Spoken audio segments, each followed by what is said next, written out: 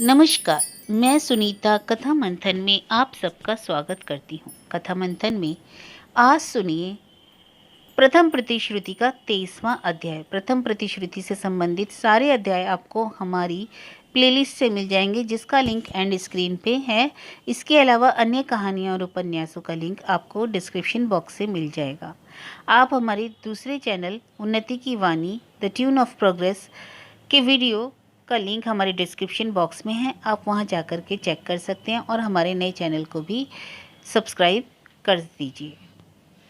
तो चलिए शुरू करते हैं प्रथम प्रतिश्रुति का 22वां अध्याय। अभी तक हमने देखा कि रामकली को एक बेनामी चिट्ठी मिलती है, जिसके कारण वो सत्य को लेने उसके ससुराल जाते हैं, पर सत्य स्वयं ही अपने ससुराल से जाने को मना कर देती है। अब आगे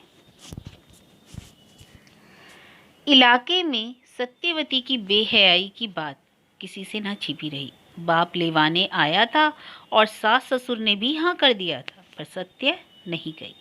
बाप को लौटा दिया। फूस के छप्पर में लगी आग जैसी यह बात इससे उस टोले तक फैल गई। टोले की दूसरी बहुओं ने सोचा, बनर्जी परिवार की बहू की भौतेरी निंदा सुनी थी, मतलब अब समझ में आया बहू पागल है।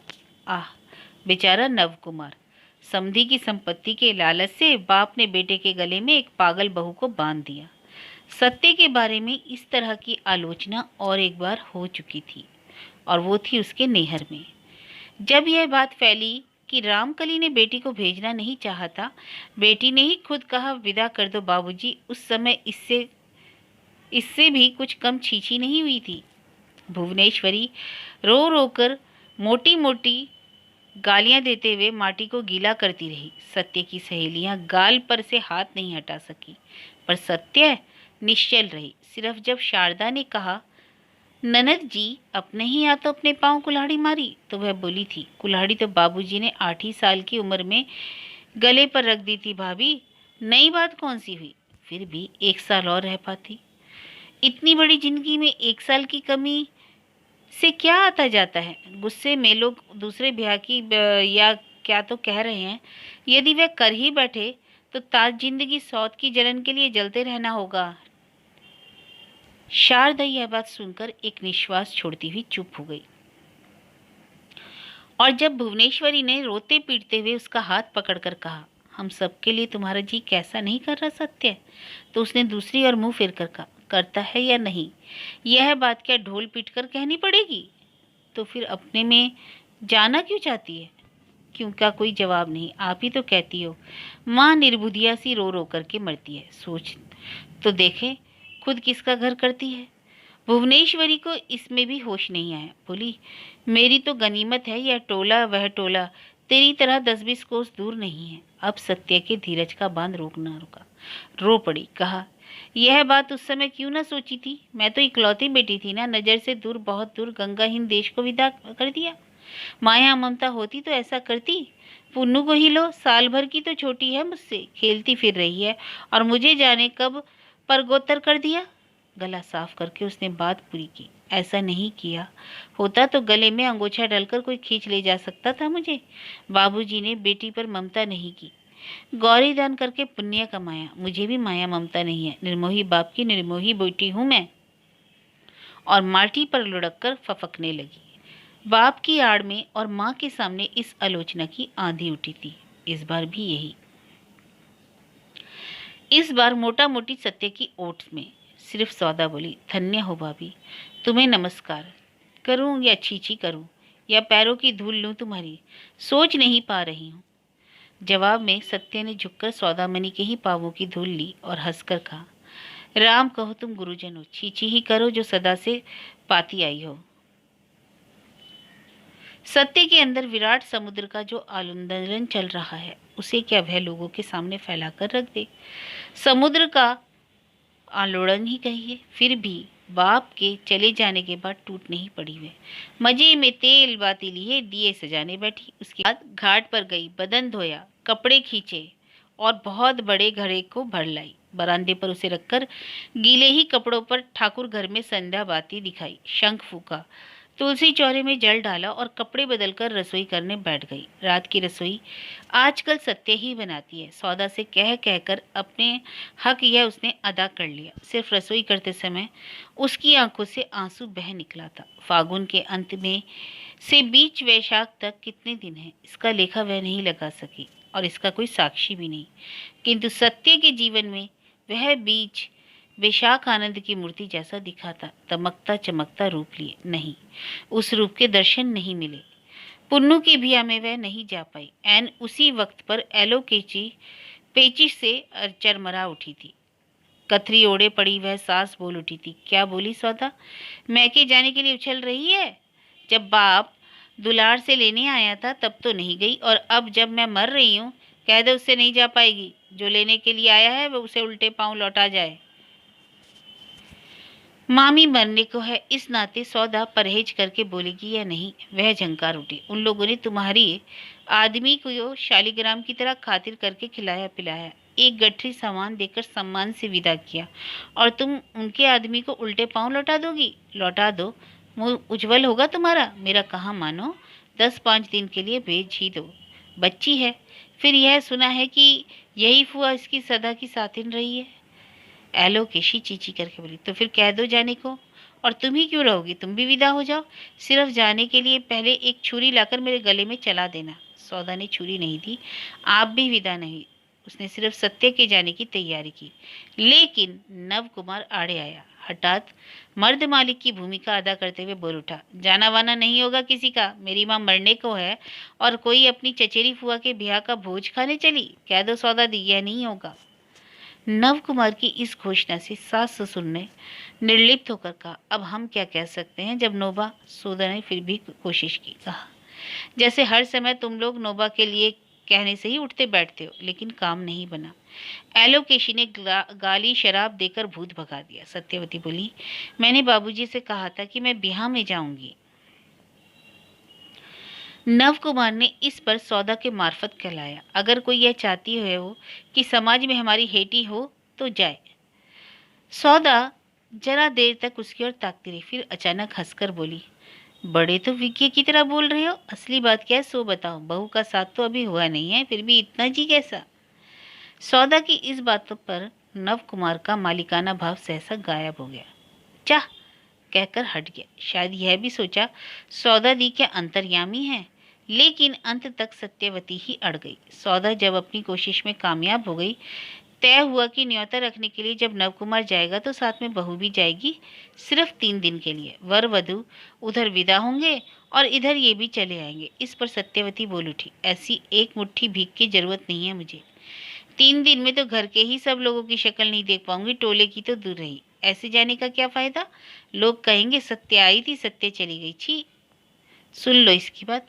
भात नसीब नहीं, गहने की आशा। अरे मुट्ठी भर भीख भी तो नहीं मिल रही थी, कम से कम ब्याह तो देख लेगी। नहीं देखा तो क्या, जिसे न्योता रखना है वही जाए। फिर तो वह गया, और ठीक नव कुमार ने हाथ जोड़कर कहा, माफ करो बाबा। अंत में नीलांबर ने ही उपाय किया।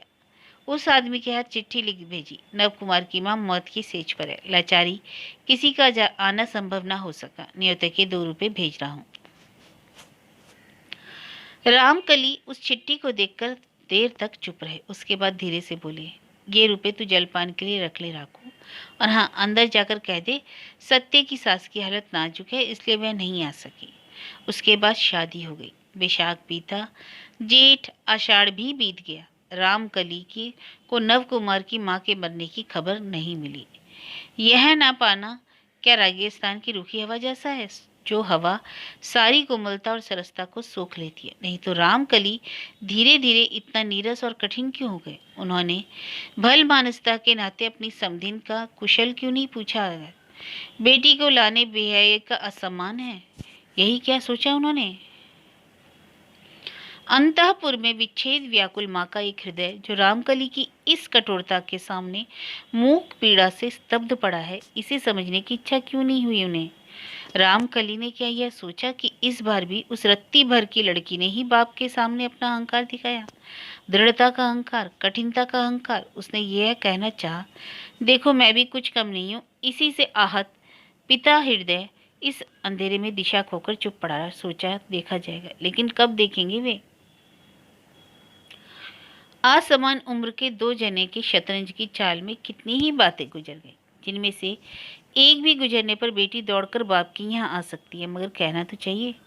बेटी का बाप गले में धोती का छोर डालकर अर्जी पेश करे जब तो रामकली यह नहीं करने के, सो एक बार अपने नियम के मुताबिक वर्षा, शरद, जाड़ा, बसंत बीत गया। संध्या, गायत्री पूजा आदि से निर्वृत्त होकर गृह देवता नारायण शीला का प्रसाद दो बताशे मुंह में डालकर पानी पीने के बाद नीलांबर बाबू ने आवाज दी, सौदा, आज मेरे लिए जलपान की तैयारी मत करना, तबीयत कुछ ठीक नहीं है। मामा के लिए सौदा थोड़े से भुने चावल में नमक तेल मिला रही थी। घर में खोए की बर्फी, नारियल के लड्डू थे, काम चल जाएगा। नीलांबर आजकल रात में ज्यादा कुछ नहीं खाते। मामा की हाँक सुनकर सौदामनी निकली। क्यों, आपकी तबीयत को क्या हो गया मामा? क्या पता, भूख नहीं। इतना कहकर रोज की तरह बदन में बनियान डाल कंधे पर अलवान रखकर रात को चराई में वे निकल पड़े। सत्यवती कमरे से निकली, कहा, तबीयत अगर खराब है तो ससुर जी जाड़े की इस रात को बाहर क्यों निकले? सौदा ने हंसी रुककर कहा, क्यों निकले यह तो उनसे खुद ही पूछ सकती है। सुन लो जरा, मैं उनसे बोलती हूँ। अरे हाँ, सौदा होठ दबाकर हंसने लगी। सत्य ने झट सौदा का हाथ पकड़ लिया और संदेह के स्वर में बोली, अच्छा कहो तो ननद जी, ससुर जी जब भी टहलने जाते हैं तो तुम इस तरह हंसती क्यों हो? कहाँ जाते हैं? हाय राम, हंसती कब कब हूँ? जाते होंगे शतरंज पाशे के अड्डे पर। तो तबीयत खराब होने पर भी जाना पड़ेगा? आंधी, पानी, गाज गिरने पर भी नहीं छूट सकता? तुम लोग मना नहीं कर सकती हो? मना? बाप रे, वह खिंचाव यमराज के खिंचाव से भी ज्यादा है। सौदा ने फिर अपनी हंसी को दबाया। मैं ससुर जी से बात करती होती तो उनकी यह जान मरूलत छुड़ा देती। तो फिर यही कोशिश करके देख, खुद से कहते ना बने तो अपने दुल्हा से कहलवाना। वह तो लायक लड़का है, यदि बाप के इस बुरे नशे को छुड़ा सके। यह नहीं कि बात सत्य को जची नहीं, बल्कि सौदा की बातों में उसे कैसे तो एक छिपे हुए कौतुक का आभास मिला। उसमें यही संदेह जोर पकड़ गई कि ससुर का यह नशा शतरंज पाशे के अड्डे का नहीं है। रात को कमरे में पैर रखते ही सत्य ने पहली बात यही उठाई, अच्छा ससुर जी रोज रोज रात को कहाँ जाते हैं कहो तो? हाँ, कुछ दिन हुए सत्य को रात का अधिकार मिला है सौदा ही की कोशिश में। और सौदा की कोशिश नव कुमार के प्रति करुणा है, वरना बहू तो हिलडुल ही नहीं रही थी। नई बहू के सपने में विभोर नव कुमार ऐसे प्रश्न के लिए तैयार नहीं था। इसी से वह सक पका गया और कहा, नहीं जानती हो? जानती होती तो तुमसे पूछती। नव कुमार गंभीर हो गया। बाप गुरुजन है, उनके बारे में आलोचना ना करना ही ठीक है। सत्य ने भवों पर बल ढालकर कहा, गुरुजन की निंदा करना दोष है तो क्या उनके बारे में कुछ कहना भी दोष है? यही तो निंदा की बात है। ब्राह्मण होकर बागदी टोले में जाना, उन सब के हाथों से पानी पान खाना, यह सब क्या कोई गुण की बात है? बागदी टोले में जाना, उनके हाथ का पानी पान खाना, सत्य को मानो उसके पति ने धोबी के गाट पाट से पटक दिया हो। वह सक पकाई, पूछा मतलब? नव कुमार ने सत्य की उम्र का ख्याल नहीं किया। वह सारी प्रश्न की आधार है उसकी यही धारणा है, इसलिए उदास सा बोला, मतलब अगर ना समझो तो लाचारी है। बाप के बारे में खोलकर क्या कहूँ? कहते हैं ना, पिता स्वर्ग पिता धर्म। नहीं तो घाट वाट में जब उस बागदीन को देखता हूँ तो गुस्से से तन बदन में आग लग जाती है, लेकिन करूँ क्या? जी को समझाना पड़ता है, जो भी हो माता के ही समान है। पूज्य पिताजी के बारे में कुछ नहीं कहूँगा, कहकर भी सब कुछ बताकर नव कुमार ने निश्चिंत होकर प्यार से स्त्री को करीब खींचना चाहा। लेकिन यह क्या, रोज की वह प्रसन्न प्रतिमा एकाएक पत्थर की मूर्त क्यों बन गई? सत्य सचमुच ही पत्थर जैसी सख्त हो गई थी, और उसके उस शरीर का मन, वह मन भी क्या एक अनजाने डर से काट हो गया? हाँ, डर से, जैसे डर से बहुत बहुत पहले बालिका सत्य का मन कटवा की बहू शंकरी के बारे में एक अनजान अंधेरे के आदमी की बात सुनकर काट हो गया था। लेकिन उस दिन अंधेरा था, सिर्फ डर। आज उस अंधेरे में बिजली की तीखी चमक सी आंखें चौंधियाने वाली एक ज्योत थी। आज की सत्य वह अबोध बालिका नहीं थी। संसार तत्व का वह बहुत कुछ जान चुकी थी, इसलिए भय के गाढ़े अंधकार में दब दब करके जल उठी थी बिजली की चमक। एक आध बार कोशिश करके निराश होकर नव कुमार ने कहा, तुम्हें क्या हो गया है? दिन भर से के बाद सुख दुख की दो बातें करूंगा, जरा हंसी खुशी होगी, इसी उम्मीद से हाँ किए रहता हूँ। सत्य ने रूंधे गले से कहा, खुशी खुशी कुछ कुमार के यहाँ के बर्तन तो नहीं है कि फरमाइश पर ही मिल जाए, यदि हंसी खुशी के लायक मन ना हो तो। निर्बोध नव कुमार ने मजाक की नाहक चेष्टा करते हुए कहा, लेकिन इसमें तुम्हारे इतने दुखी होने का क्या आधार है? आखिर में तो। रुको भी, कमरे की दीवार से तीखे धिक्कार का एक स्वर टकराया। जाड़े की रात की वजह से कुछ गला खोलकर बात की जा सकती है, और सच पूछिए तो सत्य ऐसी लज्जावती बहू भी नहीं है। उसके गले की आवाज दूर तक सुनाई पड़ती है। धिक्कार देकर सत्य कथरी को गले तक ओढ़कर उधर की मुंह किए बोली, घृणा की इस बात को लेकर हंसी मजाक करते तुम्हें शर्म नहीं आती? मैं लेकिन साफ कह देती हूँ, अब से यदि मैं ससुर जी की श्रद्धा भक्ति ना कर पाऊँ तो मुझे दोष मत देना। नव कुमार मन ही मन अपने को ही भला बुरा कहने लगा। छी, कैसा गधा हूँ मैं। बाबूजी कहाँ जाते हैं नहीं जानता, यही कहने से हो जाता। अपनी बीवी को तो वह जानता है, ठीक है, गंगा जल, और कहीं बिगड़ उठी तो उफ, अजीब एक बक्की है। एक बार नव कुमार का कौन सा झूठ तो पकड़ा गया। 5 दिन तक बोलचाल बंद। हार पार कर निताई से राय सलाह लेकर नव कुमार ने एक श्लोक सुनाया, स्त्री से झूठ कहने में पाप नहीं है। तब जाकर स्त्री के मुंह का ताला खुला। अवश्य ताला शास्त्र के वाक्य को मानकर नहीं, प्रतिवाद के लिए खुला। सत्य ने तेज दिखाकर कहा, चुप चुप, शास्त्र की रहने दो। जो शास्त्र कहे कि झूठ में पाप नहीं है, उस शास्त्र की में मुझे अरुचि है। स्त्री क्या आदमी नहीं है? उसमें भगवान नहीं बसते? अब तुम्हारी किसी बात का विश्वास करूंगी मैं? जो भी हो, झगड़े के बहाने ही बातों का बंद दरवाजा तो खुला। अब की ना जाने क्या हो, सत्य सोच रही थी। छी, उसके ससुर का यह चरित्र, ससुर के चरित्र की बहुत सी खामियां देख चुकी है वह। नीचता, शुद्रता, स्वार्थपरता में अपनी स्त्री एलोकेशी से वह कुछ कम नहीं है, किंतु इस खामी से तो शर्म और नफरत से के लहू के कण भी रो रो कर उठे। इस मन में ऐसी हरकत, और मजा यह है कि इस बात को यह सभी लोग जानते हैं ना। ऐसे ससुर की वह भक्ति नहीं करेगी, इसके लिए लोग जो चाहे कहें। सहसा सत्य के सर्वांग को आलोड़ित करते हुए रुलाई का एक प्रबल आवेग उमड़ा, और इतने लंबे अरसे के बाद बाप पर तीखे अभिमान से उसका हृदय फटने लगा।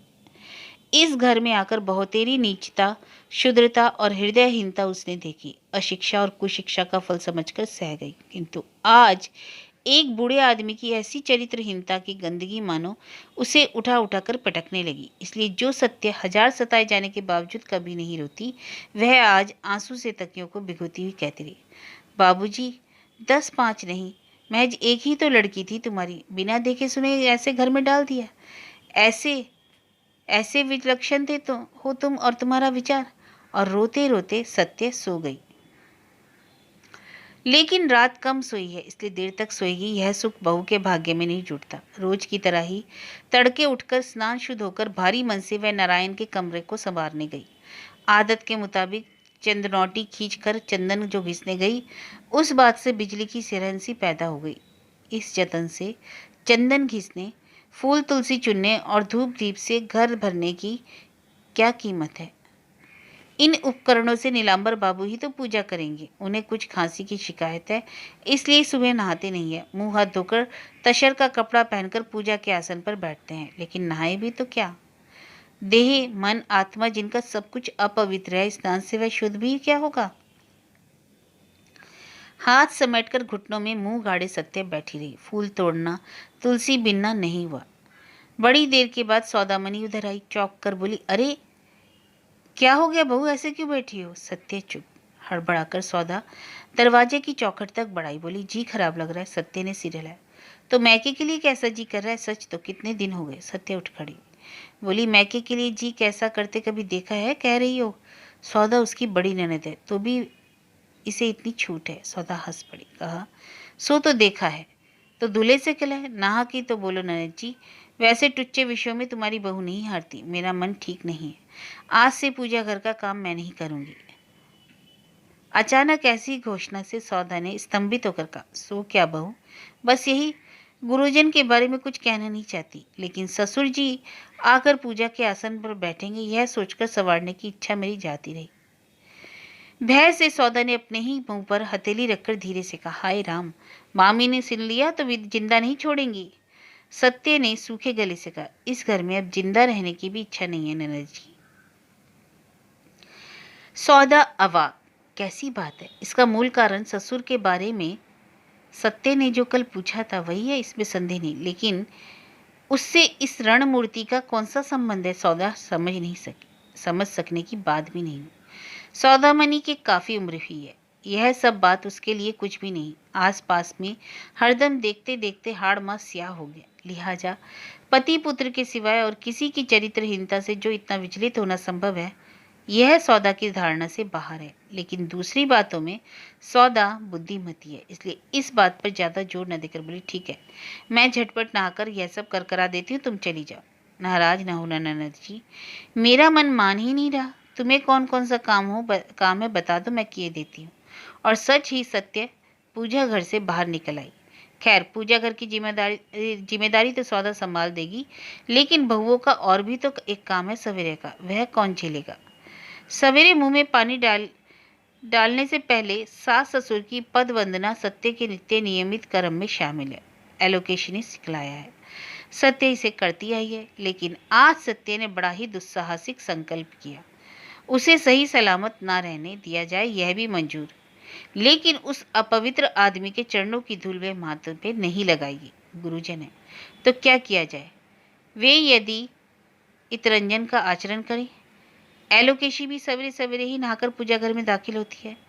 गृहस्थी के कामकाज का तो कोई भार नहीं है। सौदा है, बहू है। एलोकेशी को देवता ब्राह्मण में बड़ी भक्ति है। नीलांबर सवेरे वहीं रहते हैं, चंडी पाठ करते हैं, महिमन स्रोत पढ़ते हैं। पति पत्नी में जो भी बातें होती हैं यही होती है, क्योंकि बातचीत करने का जो असली समय है वह तो एलोकेशी के हाथ से बाहर है। मसहरी वार्तालाप का उपाय कहाँ? सत्य रोज यही उन दोनों को प्रणाम कर जाते, लेकिन आज सत्य का पता नहीं। कुछ देर के बाद सौदा को बुलाकर एलोकेशी ने खींच के साथ कहा, आज नवाब नंदिनी का पता नहीं, गई कहाँ? सौदा समझ गई माजरा क्या है, और बहू की बेवजह जिद से जरा आजिज भी हुई। फिर भी संभल कर कहा, जाएगी कहाँ? वह रही उधर। सौदा कल्पित उधर की तरफ देखने लगी। एलोकेशी ने कहा, श्रद्धा से या अश्रद्धा से सास ससुर के चरणों पर सिर नवाती है, आज से शायद वह भी बंद है क्या? नीलांबर स्रोत पाठ करते हुए उत्कर्ण हो उठे। सौदा तब तक हवा हो गई। जाकर सत्य से कहा, क्यों री बहू आज प्रणाम नहीं ठोका? क्यों? सत्य हाथ का काम चुकाकर उदास बैठी, गर्दन घुमाई बिना ही बोली, नहीं, सास को खटका है, जाना झटपट निपटा। जैसे कि सत्य भूल गई, याद दिला दे रही है। सत्य ने कहा, दोनों एक जगह बैठे हैं, एक को प्रणाम करूं और एक को नहीं, यह अच्छा नहीं दिखता। सौदा अब अजीजी को नहीं छिपा सकी, तू भी बहुत अति करती है रे बहू। स्वभाव दोष किस मर्द की नहीं है? तुम्हारे बाबूजी की तरह थोड़ी ही सब देव चरित्र हैं, तो क्या स्वभाव दोष के चलते ससुर का पावना प्रणाम भी रद्द हो जाएगा? बाबूजी की बात मत करो ननद जी, लेकिन जो मेरा जी नहीं चाहता वह काम मैं नहीं कर सकती। एक तरह से तो वे पतित हैं, शालिग्राम की पूजा कर उनके हाथों होनी ही नहीं चाहिए। सत्य शायद उत्तेजना से जोर जोर से सांस लेने लगी। सौदा को कुछ देर तक बोलने की शक्ति ही न रही। कुछ देर काट की मारी सी खड़ी रहने के बाद बोली, तेरी जैसे मैं पढ़ी लिखी नहीं रे बहू, इतनी बातें समझ सकने की सामर्थ्य नहीं। मैं बस सार बात समझती हूँ कि जो चाहे जो करे, मैं अपना कर्तव्य करती जाऊंगी।